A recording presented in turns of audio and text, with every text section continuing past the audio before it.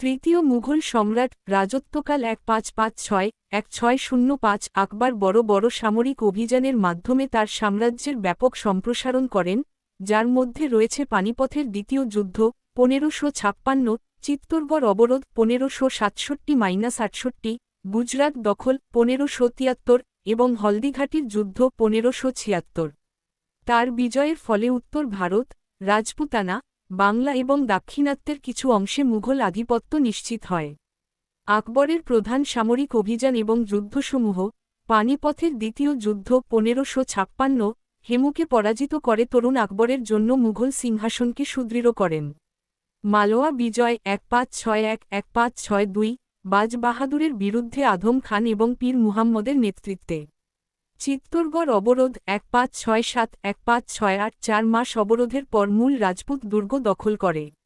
থানেসারের যুদ্ধ 1567 প্রতিদ্বন্দ্বী সন্ন্যাসী গোষ্ঠীর সাথে জড়িত একটি সংঘাত। গুজরাট বিজয় 1572-1573 তৃতীয় মুজাফফর শাহকে পরাজিত করার পর অঞ্চলটি সংযুক্ত করা হয়। মুঘলদের বাংলা বিজয় 1572-1576 দাউদ খান কররানীর বিরুদ্ধে তুকারইয়ের যুদ্ধ 1575 এবং রাজমহলের যুদ্ধ 1576 অন্তর্ভুক্ত। হলদিঘাটির যুদ্ধ 1576 মানসিংহের নেতৃত্বে মুঘল বাহিনী মেওয়ারের মহারানা প্রতাপকে পরাজিত করে। দেওয়াইরের যুদ্ধ 1582 রাজপুত প্রতিরোধের বিরুদ্ধে একটি উল্লেখযোগ্য যুদ্ধ।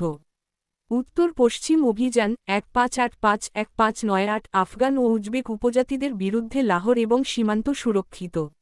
সিন্ধু ও বেলুচিস্তান বিজয় 1590 নিম্ন সিন্ধু উপত্যকায় বিস্তৃত অঞ্চল।